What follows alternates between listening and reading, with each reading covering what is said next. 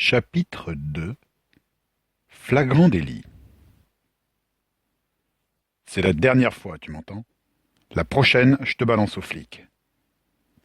Ces paroles n'ont pas crié dans un éclat de colère, mais froides, mesurées, s'imposèrent dans le silence ouaté de l'habitacle du gros 4x4 dernière génération. Celui qui les avait prononcées, un géant au profil tout en angle et en méplat, aux mâchoires comme des poings, la brosse blond platine impeccable, à la moitié de visage ravagé par 3 longues balafres parallèles et décolorées, se tourna pour poser sur son passager des yeux d'acier. C'était le genre de regard à faire avouer le plus endurci les criminels. Mikhail Kirov ne menaçait pas, il expliquait. Celui à qui il expliquait à cet instant, drapé dans une dignité boudeuse d'adolescent pris en faute, ce qu'il était très exactement, sera tatiné sur le siège du passager.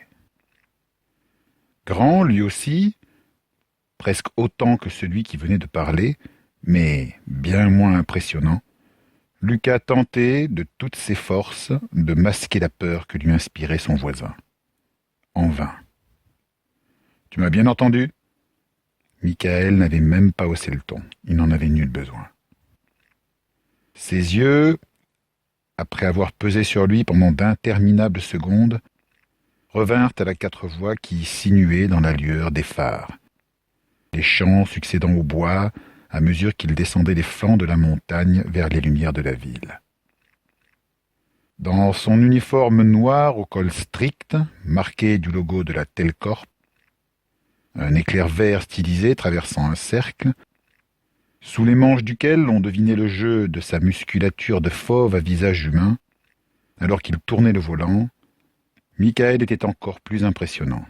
« Oui, » ne put s'empêcher de répondre Lucas malgré lui. « Tu as 17 ans. Tu es censé être responsable de tes actes. Ce qui veut dire que tu sais ce que signifient les mots propriété privée. » commença Lucas, son visage beau et énergique, mais encore indécis d'un reste d'enfance, encadré de boucles brunes indisciplinées que pas un peigne ne parvenait à dompter, s'animant d'une brève flambée d'indignation. « Pardon ?» Le géant balafré leva un sourcil pâle. Lucas aurait voulu lui jeter au visage tous les mots qui se bousculaient dans sa gorge. Lui dire qu'il se fichait éperdument de la loi et de la propriété privée de la Telcorp, que tant qu'il n'aurait pas levé le voile sur la disparition de son père, 14 ans plus tôt, il ne lâcherait pas l'affaire. Mais il demeura muet.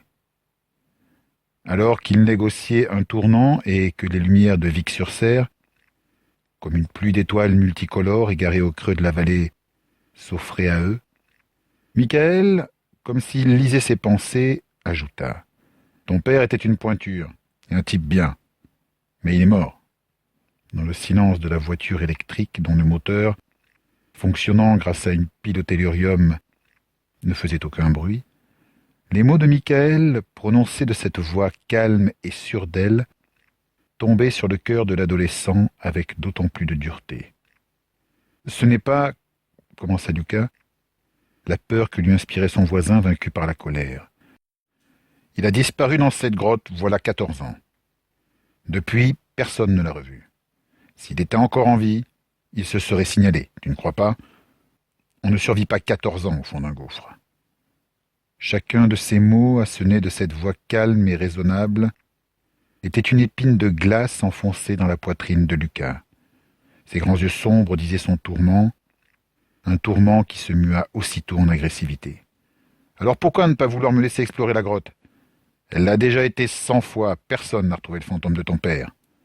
Ni son cadavre, objecta aussitôt Lucas. Il y a des milliers de conduits et de gouffres là-dessous, et plus encore depuis que nous extrayons le tellurium. Certains anciens tunnels se sont comblés, d'autres sont apparus. Son corps a pu être recouvert ou enterré dans une galerie qui s'est effondrée depuis. » Lucas s'enferma un instant dans un silence buté. On devinait dans ses grands yeux bruns frangés de longs cils le conflit que se livraient la raison et la colère. Une colère qui, depuis des années, se nourrissait du manque et de la souffrance. « Si vous êtes si sûr de sa mort, pourquoi m'empêchez-vous de chercher son cadavre ? Il venait de passer le panneau de la ville, des premières maisons, de superbes villas tout en pierre de taille, le genre qu'on construisait dans les stations thermales à la fin du XIXe siècle et au début du XXe, défilaient autour d'eux. Vic avait connu son heure de gloire, à la grande époque du thermalisme, avec son petit casino. Puis, comme toutes ses semblables dans les monts d'Auvergne, trop éloigné des voies de communication, avait régressé, jusqu'à la découverte du tellurium. Depuis que la Telcorp, après la disparition de son père, avait découvert le tellurium et ses propriétés, et avait construit le complexe d'extraction, à 10 kilomètres à peine, en pleine montagne, dans ce qui avait été le cratère d'un des plus grands volcans que la Terre ait porté, la ville avait connu un nouvel essor. Le site d'extraction et de raffinage devait employer plus de 2000 personnes. Des gens qui, pour beaucoup, avaient des familles qu'il fallait loger et qui consommaient. Bref, la Telcorp était devenue, et de loin, le premier employeur de la ville, et son principal mécène. En 12 ans, Vic-sur-Serre était devenu un véritable pôle d'attraction et se développait à une vitesse accélérée. Les entreprises faisaient la queue pour venir s'implanter tout près de la source du tellurium. Grâce aux généreuses donations de la Telcorp, la petite cité en pleine expansion s'était dotée d'un lycée scientifique et d'un IUT de physique, sciences et géologie, dont certaines formations intégrées vous amenaient directement à entrer dans les rangs de la Telcorp qui, ainsi, formait elle-même ses cadres scientifiques et techniciens. Bref, Vic vivait, mangeait, respirait au rythme de la Telcorp et de ses employés. La presse l'avait même rebaptisé Telcorp City, et cela n'avait rien d'exagéré. D'une petite ville de province mourante, la Telcorp, en moins de 14 ans, avait fait un pôle international desservi par une 4 voies toute neuve, une ligne TGV et un aéroport intégralement financé par l'entreprise. La Telcorp travaille pour le désenclavement, proclamait justement l'immense écran publicitaire luminescent qui venait de se tourner vers eux, quand le feu du carrefour où ils avaient stoppé était passé aux roues. Ce slogan-là, les médias et les élus locaux, tous vendus à la Telcorp, eux qui, il y avait 14 ans encore, en étaient à pleurer auprès du gouvernement et de l'Europe pour 3 misérables subventions, ne cessaient de le répéter comme un mantra. Critiquer la Telcorp, à Vic-sur-Serre, c'était vouloir s'attirer des ennuis. La voix de Michael, plus froide encore, ramena Lucas au présent alors qu'il passait devant les bâtiments flambant neufs du lycée, tout de verre, de métal bronzé et de pierres volcaniques, dessinés par un architecte de renom pour évoquer, avait-il affirmé, les montagnes et les forces de la terre. Tu n'es pas idiot, Lucas. Tu peux comprendre qu'une société comme la nôtre, qui possède actuellement les seuls titres d'extraction de la matière première la plus convoitée au monde, et développe autour toute une nouvelle technologie, ne peut se permettre qu'on se balade librement dans ses installations. La Telcorp n'a jamais dit la vérité sur la mort de mon père, éclata Lucas qui s'était retenu à grand-peine. Ma mère me l'a dit. Elle a même intenté un procès en... Michael leva une main aux doigts longs, larges et noueux comme des cèpes de vigne. Ta mère était une brave femme, Lucas. Mais en ce qui concerne la disparition de ton père, elle perdait tout bon sens. Et les dernières années, quand elle avait sa maladie, je vous interdis de parler de ma mère. Lucas, tremblant d'indignation, s'était redressé dans son siège. On l'aurait cru prêt à se battre. Son éclat n'eut pas sur Michael l'effet escompté. Des pupilles d'un bleu glaciaire revinrent se poser sur lui.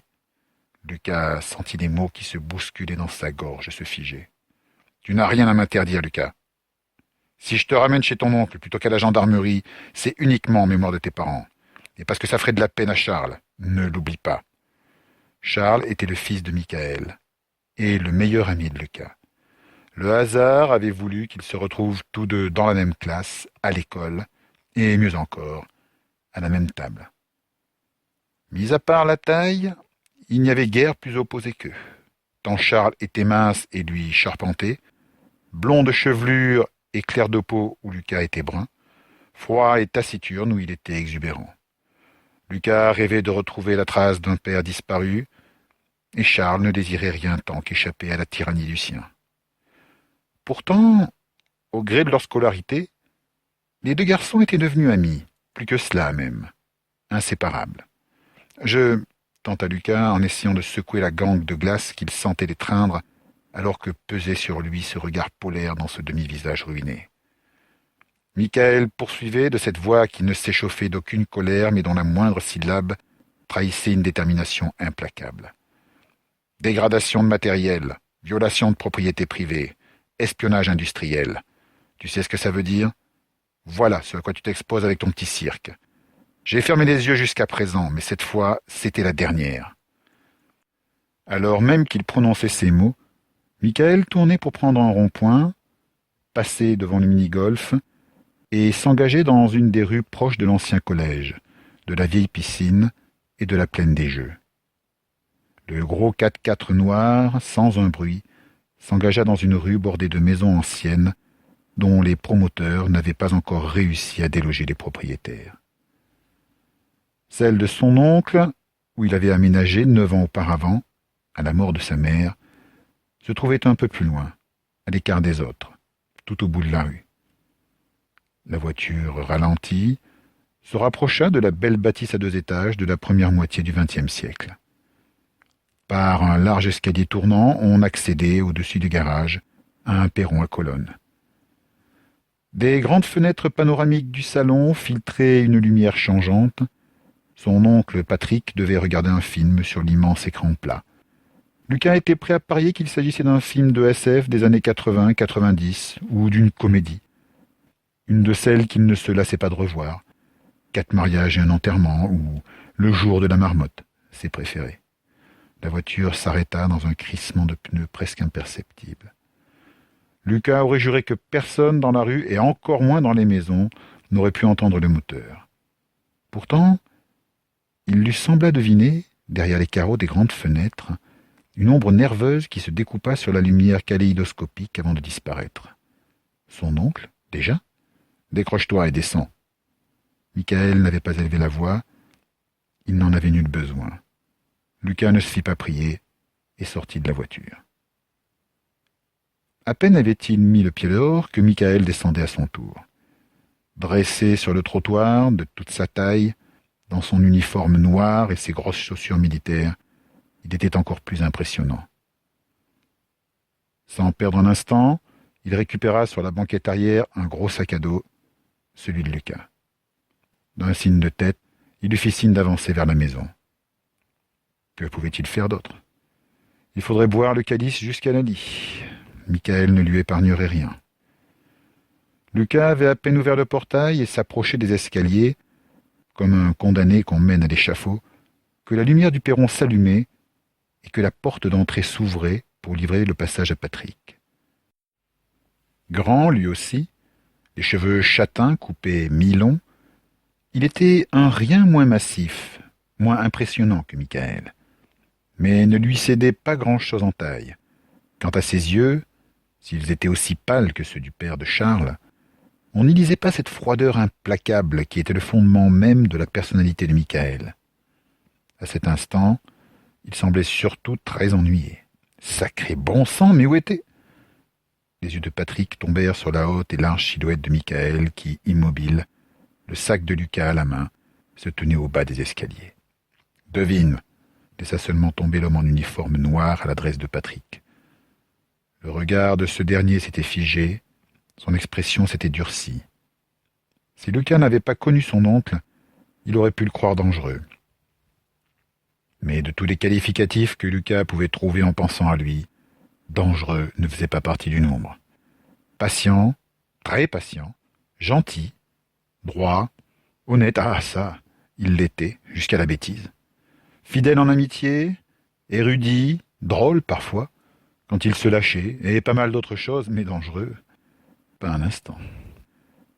Il n'était pas trouillard, preuve en était que le regard qu'il abaissa sur le père de Charles ne fuyait pas, et il fallait du cran pour défier une machine de guerre comme Mikhaïl Kirov, qui, Lucas l'avait appris par son ami, avait été commando et avait participé aux opérations les plus dangereuses qu'avait menées l'armée française avant de quitter le service de la nation pour entrer à celui, autrement plus lucratif, de la Telcorp.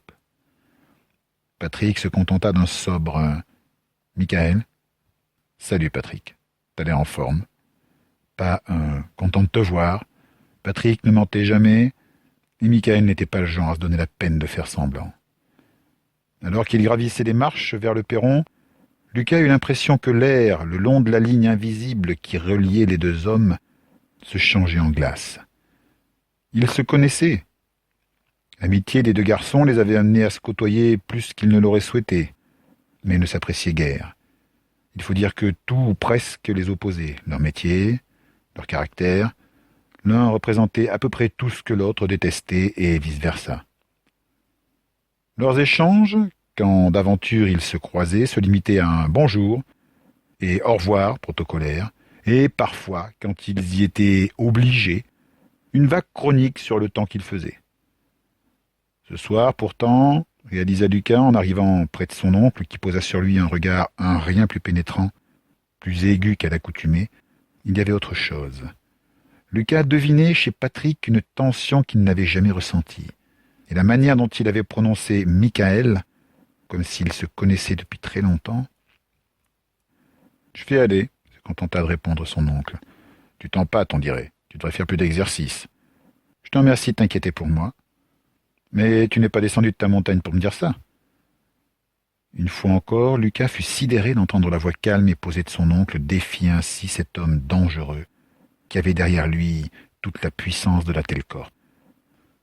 Un sourire que n'aurait pas renié un squale étira les lèvres de Michael. « Non, Patrick, je descendais te ramener ton dingue de neveu qui a encore fait des siennes. » Quittant Michael des yeux, Patrick tourna son attention sur Lucas qui venait d'arriver à côté de lui et qui, partagé entre honte et rébellion, gardait obstinément la tête baissée. « Tu y es encore retourné ?» Le silence baudeur de Lucas était un aveu. Michael, monté au milieu des marches, le grand sac à la main, répondit pour lui. Il a sectionné une portion de grillage et s'est introduit illégalement dans l'enceinte du complexe. C'est la 3e fois cette année, et au moins la 15e depuis 5 ans. « Je paierai les dégâts », affirma aussitôt Patrick. « Si ça t'amuse de couvrir les conneries de ce gamin, ça te regarde, Patrick. Moi, je m'en fous, c'est ton pognon. C'est pas comme ça que j'élèverai mon gosse, mais... » Lucas, retrouvant un peu de morgue, se retourna pour accuser. « Ah non ? Vous l'élevez comment, le vôtre ? En le terrorisant ? C'est une réussite, vraiment, il vous adore. » Quand il vit l'expression qu'il passa sur le visage à demi ravagé dans les yeux de Michael, Lucas réalisa, un peu tard, qu'il était allé trop loin.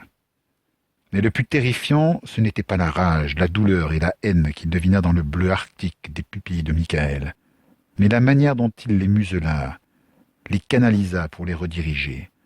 Se tournant vers Patrick, il assena d'une voix égale. « C'est la dernière fois, Patrick. La prochaine, je l'amène directement au poste et les choses suivront leur cours. » Il jeta le grand sac de sport qui atterrit au sommet de l'escalier, juste devant les pieds de Patrick, en dégorgeant les cordes, les pitons, tout le matériel de spéléo qu'il contenait, ainsi que les pinces qui avaient servi à Lucas à sectionner le grillage. « À moins qu'un de mes gars n'ait la gâchette trop facile », acheva Michael sans lâcher Patrick de son regard de reptile.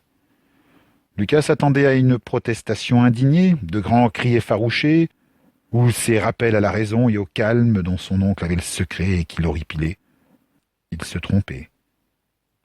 Ce fut d'une voix soudain égale à celle de son vis-à-vis, calme et posée, une voix que Lucas ne reconnut pas, que Patrick répondit.